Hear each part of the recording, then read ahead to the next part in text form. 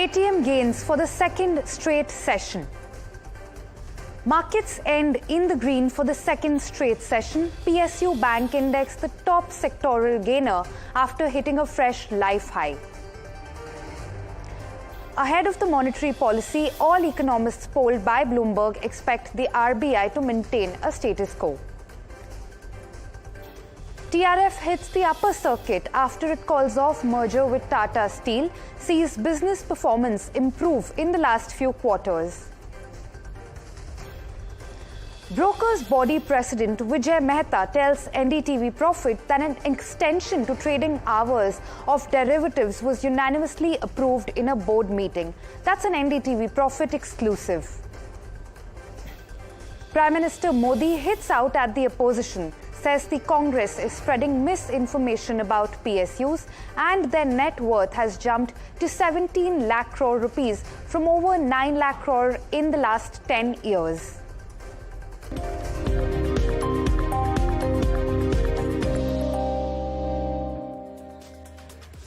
Hello and welcome. You're watching The Reporter on NDTV Profit. I'm your host Pallavi Nahata, and as always, we'll bring to you market headlines along with national and international news makers.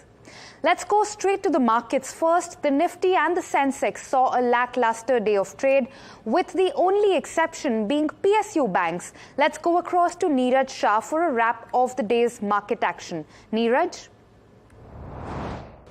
Well, an interesting penultimate to the policy day, because we were coming off a day which was trending and ended at the day's high, which is yesterday. We didn't have that kind of a day today, but the Nifty 50 flat, as flat can be. Obviously for the Sensex the same. Nifty Bank about 0.25% higher because Nifty IT was not doing well today. Much unlike yesterday, Nifty IT kind of sulked in trade, about 1.25% lower. Mid caps and small caps, they had a really good start. The close wasn't the strongest, but index-wide, about 0.75% higher for the mid cap index is not bad, and 0.5% for the small cap 250. Not bad either. In fact, it was a day of 20%, and I'll get to that in a moment. First, let me get the heat map for the large caps, and you will see that banks and financials didn't have a bad day, from a Bajaj Finance to an Axis Bank to HDFC Life to SBI being the key mover today, 3.84%, and a lot of other smaller banks also did well. What didn't do well is IT, the top losers. Tech Mahindra, Infosys, there is TCS, there was also Wipro, about 0.8%. There was some weakness in Power Grid yet again. 2 days on a trot now, it's ending as the worst performer, so there's some weakness there. But IT didn't have a great day today, so that was the other problem. The thing to note though today, that at the broader end of the spectrum, there were a lot of stocks which were very, very active on large volumes. So I call them 20%ers as a day, because if you look at the Nifty 500 gainers, you will see that a lot of these had some stupendous moves. IOB 20%, EIH 20%, Trent about 19.48%, and some of these on results. Both Trent as well as EIH were on results. There was some strength, of course, for some other result boys as well. And in terms of weakness, you probably, so Yes Bank, UCO, Central Bank, etc. So banking space was very active. And mind you, just before we wrap up, the PSU banks were very active. So those have to be kept in mind. But all in all, not a bad pre-policy day. Let's see what Shaktikanta Das and the MPC have in store for us tomorrow. Thanks a lot for that, Neeraj. Now, as he pointed out, India's Monetary Policy Committee is set to announce its decision tomorrow. Now, we already know that it's likely to be a status quo, both on the key lending rate as well as on the stance. In fact, all of the economists polled by Bloomberg actually expect the MPC to hold the repo rate steady at 6.5%.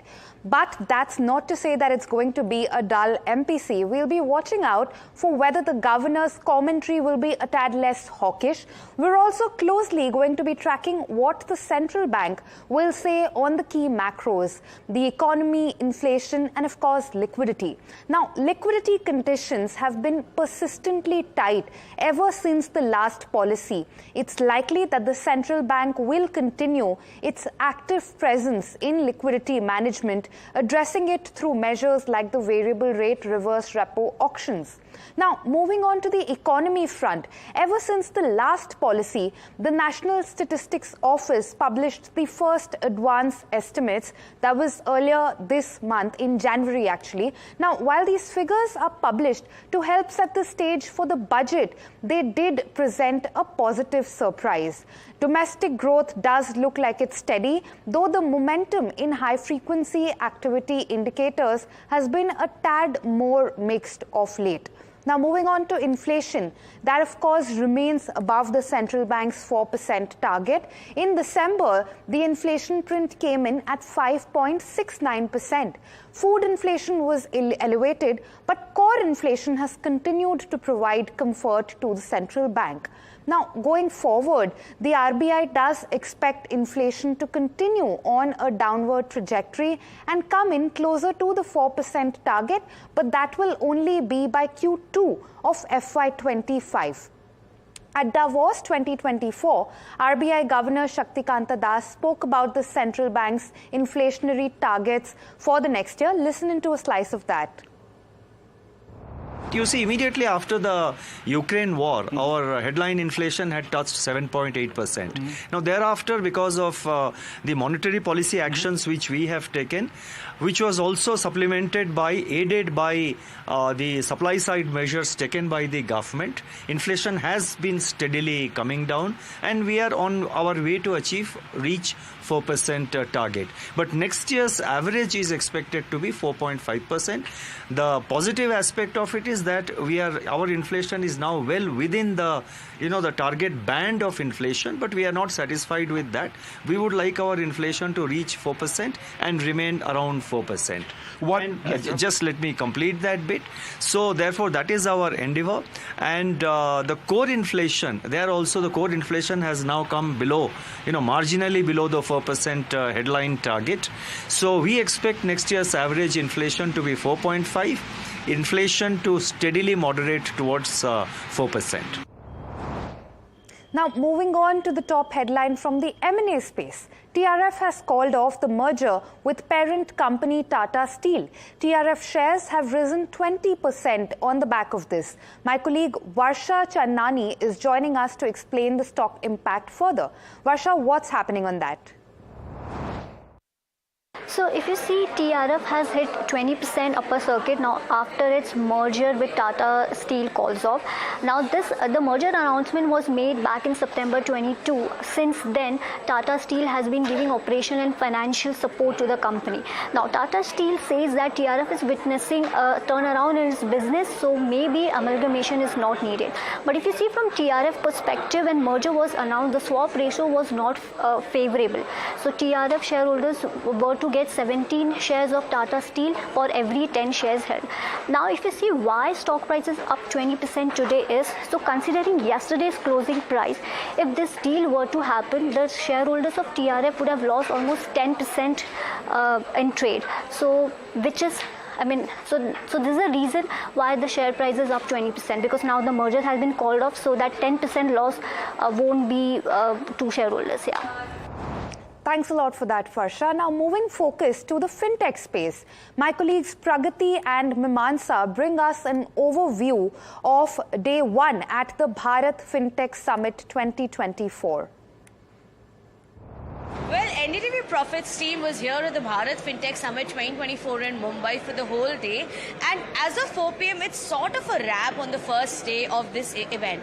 And what we have been able to pick so far is not too heightened conversations, because what we have realized is with the recent event that has happened, or the recent clampdown that RBI did on Paytm Payments Bank, the mood is a little somber. So while there is excitement in the fintech ecosystem because of the general or the larger landscape, there is still fear, and there are also compliance issues and conversations happening. Mimansa is here with me. What have you picked up so far? Yeah, so Pragati, we spoke to a lot of bankers today, and what we are getting is that they are still in a wait and watch mode. They are not willing to talk about what are the strategies that are going to formulate in terms of capitalizing on the market share that the Paytm had enjoyed so far. So they are still saying that, we have to wait till February 29th, which is the date that RBI has given to Paytm to fix its compliance issues, and only after that bankers will have a clearer view on whether they want to take further steps on capitalizing on this market share or launch new products and so on and so forth. For the fintech players, when we spoke to them, there's a commonality here with all the players, all the participants who came here, that regulatory compliance is the key focus now. Exactly. The entire narrative has just become that compliance, regulator. Yes. Everywhere it was a part of that conversation. Yes, and regulatory compliance is something that RBI has also spoken about it time and again, and they have been tightening the noose on fintech players that you can't go, you can't get away from such loopholes, and you have to fix these issues before continuing your operations. Yeah, you're right. So compliance definitely is one big keyword that we've picked on. Rather, it has always existed, but the entire repetition of it is in the part of conversations is very exciting. Another thing, Mamansa, that I have picked up on in my random chats with some fintech players, founders and co-founders, is that investors, these fintech players, when they are meeting investors, now investors are posing a question mark. While they still want to invest in their companies and they are excited, but they are also taking a little bit step back, asking more questions. So some sort of a fickle-mindedness possibly coming from the investors' side. While we can't say that the deals are not happening or conversations are not happening, business continues as it is. But yes, there are more questions being asked, and fintech players are possibly ready to answer them as well.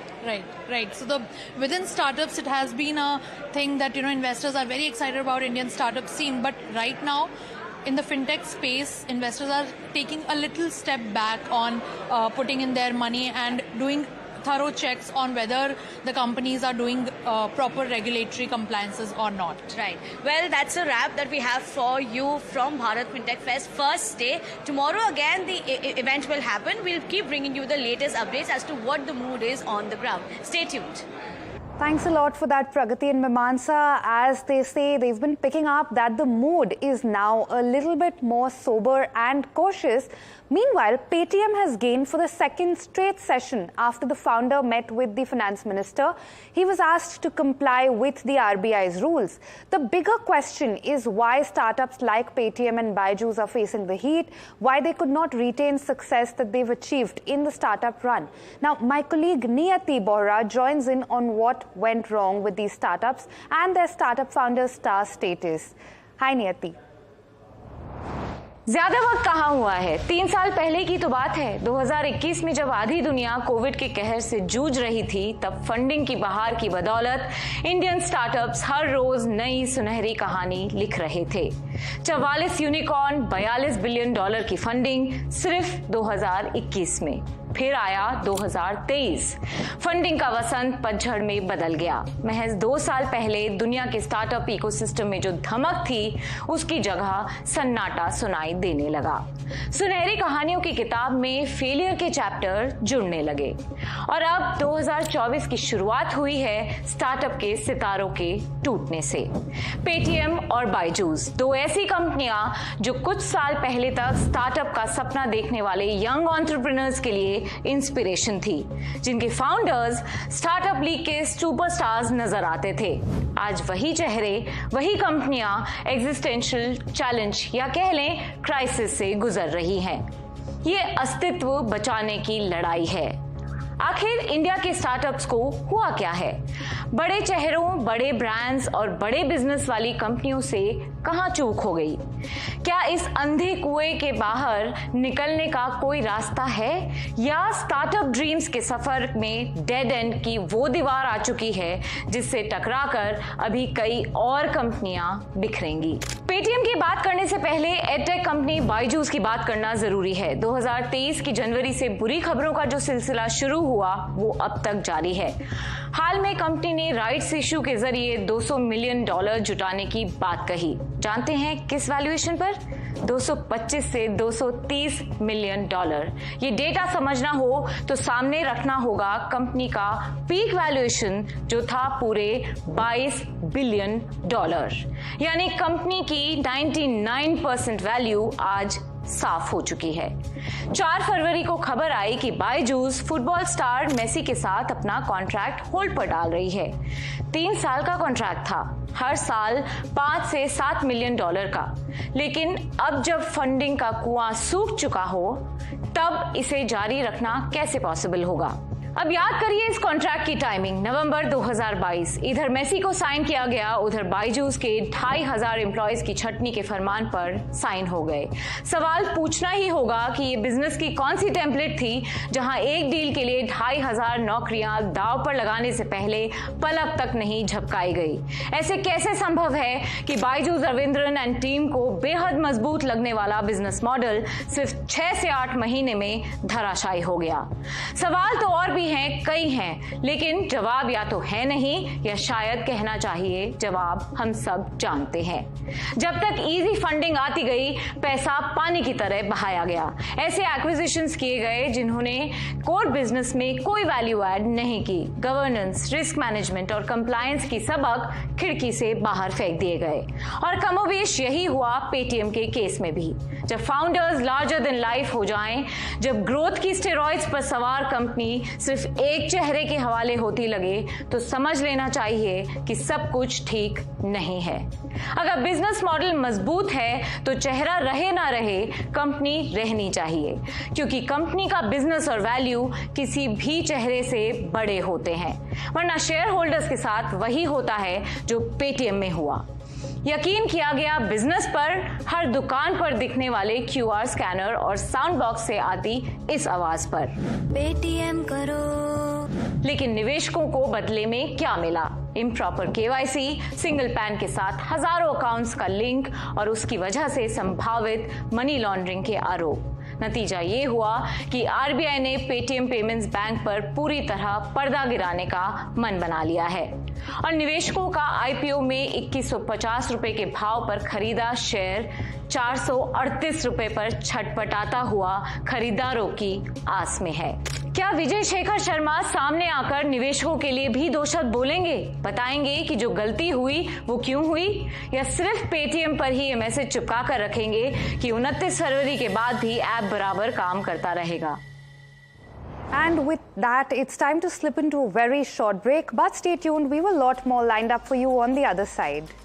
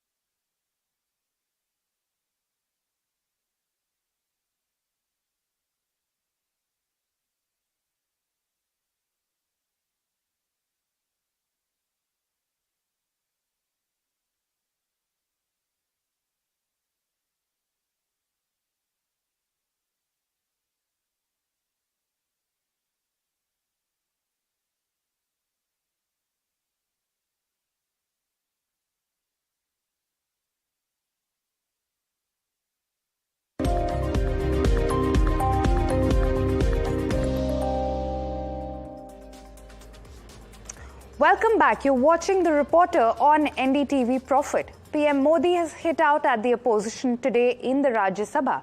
He said that the Congress is spreading misinformation about PSUs and their net worth has jumped to 17 lakh crore rupees from 9 lakh crores in the last 10 years. Listen in. आदरणीय सभापति जी, आज जिस BSNL को आपने तबाह करके छोड़ा था ना, वो BSNL आज made in India 4G, 5G उस तरफ आगे बढ़ रहा है और दुनिया का ध्यान आकर्षित कर रहा है। आदरणीय सभापति जी, HAL के लिए इतने भ्रम फैलाए, आज रिकॉर्ड मैन्युफैक्चरिंग HAL की कर रहा है, रिकॉर्ड रेवेन्यू जनरेट कर रहा है HAL, जिसको लेकर के इतने जो होले चलाए। और कर्नाटका में एशिया की सबसे बड़ी हेलीकॉप्टर बनाने वाली कंपनी HAL बन गई। कहां छोड़ा था, कहां जाके लगाया, हमने पहुंचाया। आदरणीय सभापति जी, एक कमांडो जहां नहीं है, LIC को लेकर भी पता नहीं कैसे कैसे बड़े विद्वत्तापूर्ण बयान देते थे। LIC का ऐसा हो गया, LIC का वैसा हो गया, LIC का यूं हो गया। जितनी गलत बातें LIC को ले बोलनी चाहिए बोली, और तरीका यही है, किसी को बर्बाद करने, अफवाह फैलाओ, झूठ फैलाओ, भ्रम फैलाओ। और टेक्निक वही है, गांवों में किसी का बड़ा बंगलो हो, लेने का मन करता हो, लेकिन हाथ ना लगता हो तो फिर हवा फैला देते, ये भूतिया बंगला है, यहां जो जाता है ऐसी हवा फैला देते, कोई लेता नहीं, फिर कोई करके लपक लेते। LIC क्या चलाया। आदरणीय सभापति जी, मैं सीना तान करके सुनाना चाहता हूं, आंखें ऊंची करके सुनाना चाहता हूं, आज LIC के शेयर रिकॉर्ड स्तर पर ट्रेड हो रहे हैं। On day 2 of the India Energy Week, we spoke to some of the key voices from the power and energy sector. Chairman and Managing Director of EIL, Vartika Shukla, told us that the company is working on green airports. Now, this comes after the company's focus, after the government has announced investments in the infrastructure sector. Listen in to a slice of that conversation.